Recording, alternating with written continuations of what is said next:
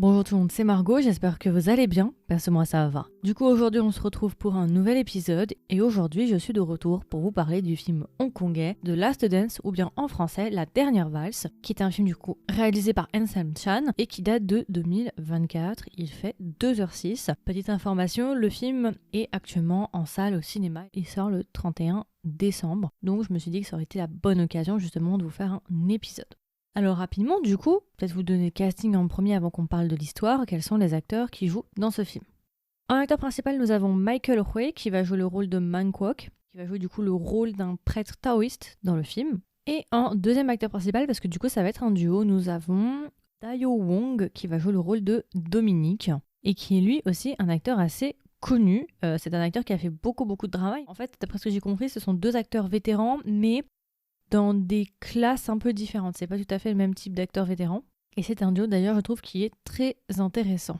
Alors du coup, de quoi ça parle ? Alors je vous ai déjà un petit peu introduit. Le film se passe en post du coup Covid. Et en fait, le film se place avec Dominique, qui est notre personnage principal et qui, au début du film, on nous explique qu'il était planificateur de mariage, mais forcément durant le Covid, il y avait beaucoup moins de mariages. Et du coup, il s'est retrouvé sous les dettes et au début du film on nous explique qu'il faut absolument qu'il trouve de l'argent, qu'il faut qu'il trouve une solution pour payer ses dettes et il va avoir justement l'occasion de se reconvertir et du coup de se faire embaucher dans une entreprise de pompe funéraire entre guillemets et à partir de là il va se retrouver justement à être le partenaire de Man Kwok, le prêtre taoïste. Et après on va suivre du coup leur vie en sachant du coup forcément que le personnage prêtre taoïste, il est assez vieux, je crois qu'il a à peu près 80 ans et des poussières, alors que Dominique, il est plutôt dans sa quarantaine. Donc, ça va être un clash de génération, mais ça va être aussi un clash de point de vue, parce que forcément, Man Kwok, lui, du coup, il est plutôt dans la religion prêtre taoïste. Il a une vision très calée sur ce qu'est la mort, ce que doit être un deuil, ce que doit être des funérailles, alors que Dominique, lui, il arrive, déjà avant, il était dans les mariages, donc pas du tout la même ambiance, et lui, du coup, il va apporter justement son point de vue sur les funérailles, ce que doivent être les funérailles, ce que pourraient être les funérailles. Et justement, il va apporter un petit peu de nouveauté, et forcément, ça va pas forcément plaire peut-être à certaines personnes. Bon, ok. Donc ça va vraiment être un clash de points de vue où on va voir ces deux personnages-là justement exposer leur point de vue. Ça va pas forcément tout le temps être aligné et c'est ce qui va faire aussi l'intérêt de ce film. Alors, c'est à peu près tout. Et moi, ce que j'ai trouvé très drôle, très fun fact, c'est qu'au début du film, on te dit en gros, en fait, c'est très cynique, mais c'est très réaliste. Après le Covid, en fait, les mariages, forcément, ça marchait pas. Par contre, le seul secteur ou presque qui a continué de fonctionner et même qui a explosé grâce au Covid, c'était les funérailles en fait, c'était les pompes funèbres. Bah oui, parce que forcément, durant le Covid, il y a eu énormément de décès. Et je trouve ça assez cynique la manière dont ils l'ont dit, la manière dont ils l'ont formulé au début du film, mais c'est vrai, c'est une vision de le voir. Et moi, c'est un film que j'ai franchement beaucoup aimé. Déjà, le thème en général des rites funéraires, c'est pas forcément des thèmes très courants. Il y en a pas beaucoup. Alors, j'avais interviewé un réalisateur qui s'appelle... il y a quelques années, je crois que c'était il y a 2 ans, si je ne m'abuse, j'avais interviewé un réalisateur qui s'appelle Alvin Lee et il avait fait un court-métrage qui s'appelle Smoke Gets in Your Eyes, qui se passe à Singapour cette fois-ci. Et justement, ça parlait de funérailles, alors c'était pas tout à fait le même topo, il y avait plus d'humour entre guillemets dans son film. Et un autre drama aussi qui a parlé justement des rites funéraires, c'était dans Twisted Strings, en tout cas à l'épisode 1, parce que chaque épisode dans Twisted Strings est une nouvelle histoire, mais en tout cas dans l'épisode 1, on nous parle de ces rites funéraires aussi. Du coup, ça c'est un drama taïwanais pour le coup.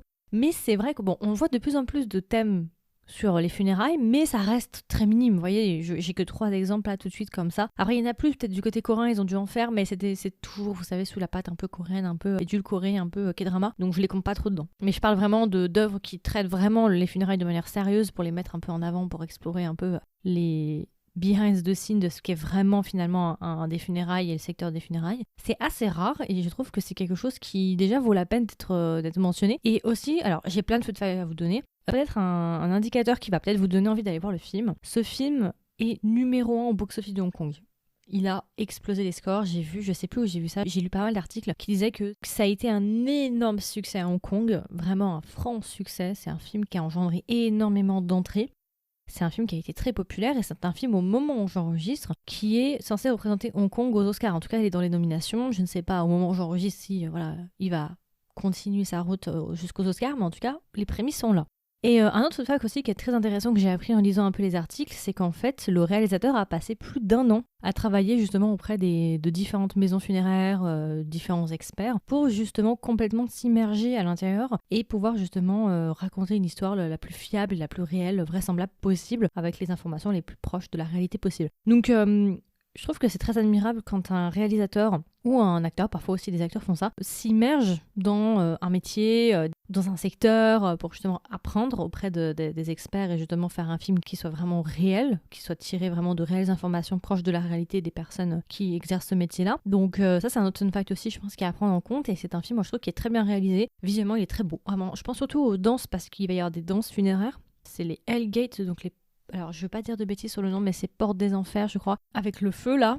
Franchement, BG. Non, franchement, il y a des très très belles scènes. Je pense aussi à la scène finale qui est vraiment très très belle. Attendez, je vais vous retrouver le nom. Voilà, Break Hell's Gate. Donc, vaincre les portes de l'enfer, c'est quelque chose comme ça. C'est une danse qui est censée aider les défunts justement à passer la porte et ne pas finir en enfer. Quelque chose comme ça, il me semble, si je dis pas de bêtises. Donc, il y a pas mal de... Il y a quelques scènes et il y en a une qui est très très belle avec le feu et tout. Enfin, il y en a même deux. Et c'est très belle scène et tout. Enfin, j'ai beaucoup aimé. Franchement, les danses sont très très belles. Donc, en règle générale, je trouve que c'est un film, franchement, qui se détache un petit peu du reste de ce qu'on a l'habitude de voir, soyons honnêtes. Et c'est un film qui est très intéressant parce qu'il est ancré dans une réalité actuelle. C'est-à-dire que les funérailles génèrent énormément d'argent, plus que les mariages. En tout cas, juste après le Covid, c'était une réalité, quoi. Il y avait plus de décès que de mariages. Donc, c'est un peu cynique la manière dont ils l'ont dit, mais c'est vrai. Et je trouve que c'est impactant quand on entend ça. Tu dis, ah ouais, d'accord. Je sais pas, je trouve que ça fait quelque chose. Donc, je vais pas tout vous donner, je vais pas tout vous spoiler. Ça serait gâcher le fun, j'ai envie de vous dire ça. Mais c'est vrai que, ouais, voilà, c'est un film que j'ai vraiment apprécié. On me l'avait recommandé en début d'année, on m'avait dit, ah, il est bien et tout, il a bien fonctionné. Je l'avais mis de côté, puis il y a pas longtemps, je me suis dit, quand j'ai vu justement qu'il était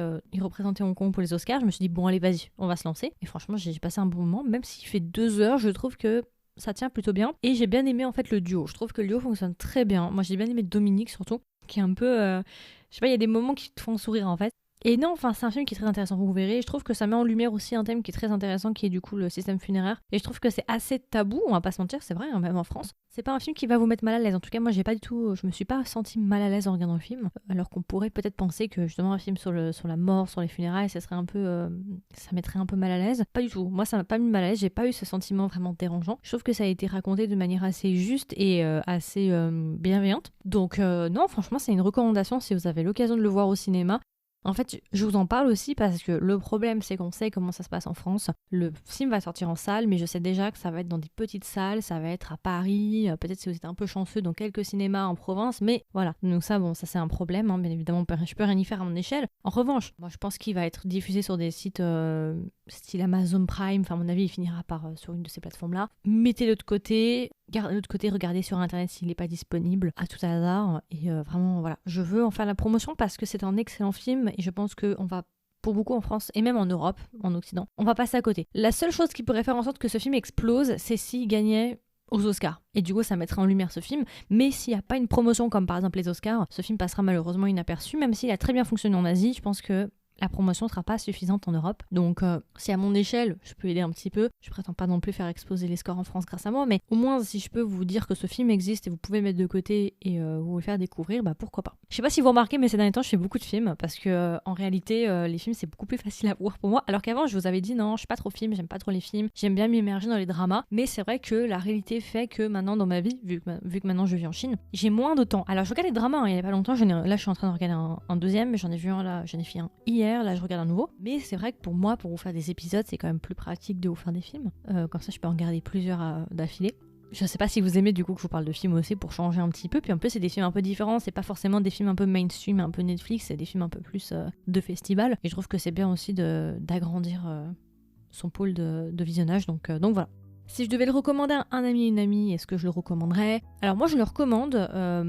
Je sais que ça va pas forcément parler à tout le monde, ce sera pas forcément pour tout le monde, mais si les thèmes vous intéressent, si vous voulez un bon film hongkongais, si vous voulez payer une place qui vaille la peine, c'est-à-dire qu'en France, on va pas se mentir, maintenant les places de cinéma sont assez chères, vous regretterez pas. J'ai passé un bon moment et je trouve que c'est un film qui est visuellement très beau à voir, il y a des thèmes assez intéressants qui font réfléchir. Et aussi toute une question, alors j'en ai pas trop parlé, mais du coup il y a aussi une autre question sur une forme de sexisme qu'il y aurait, ou des pensées sexistes qu'il y aurait, surtout dans la pratique du taoïsme. Et ça va être justement incarné par la fille du prêtre taoïste. Et toute cette question de est-ce que les femmes peuvent elles aussi devenir prêtres taoïstes, et il y a toute une opposition de pensée entre les personnes de la vieille école et des traditions et justement la nouvelle génération, et apporter plus de diversité ou casser les codes tout simplement. Voilà, je vais pas en dire plus, il y a aussi ce thème là qui est assez intéressant. Voilà. Non, franchement, c'est un film très qualitatif. C'est un film très bien réalisé, c'est un film bien écrit. J'ai pas grand chose à dire, c'est un très bon film. Et si je devais lui donner une note, je lui mettrais un bon 16,5, 16,75. Ouais, qui tire presque sur un 17. Donc c'est une recommandation. Voilà, ce sera pas pour tout le monde, mais je pense que ça peut rencontrer son public. Donc c'est pour ça que je vous en parle aujourd'hui. Comme d'habitude, du coup, n'hésitez pas à me donner vos retours. Est-ce que vous l'avez vu? Si vous l'avez vu, est-ce que vous l'avez aimé, vous l'avez pas aimé? Si vous ne l'avez pas encore vu, est-ce que vous comptez le voir ou lui laisser une chance? Il y aura une section commentaires si vous m'écoutez sur Spotify et sur YouTube. Si jamais vous voulez être au courant des dernières sorties du podcast, n'hésitez pas à vous abonner pour recevoir une notification. Et si jamais vous voulez m'aider et me soutenir, n'hésitez pas à me laisser une note, soit un nombre d'étoiles sur Spotify ou un review sur Apple Podcast. Ça m'aide énormément, vraiment, vous imaginez pas. Et puis voilà, écoutez, je vous souhaite une agréable journée ou une agréable soirée et je vous dis à la prochaine pour un nouvel épisode. Bye bye.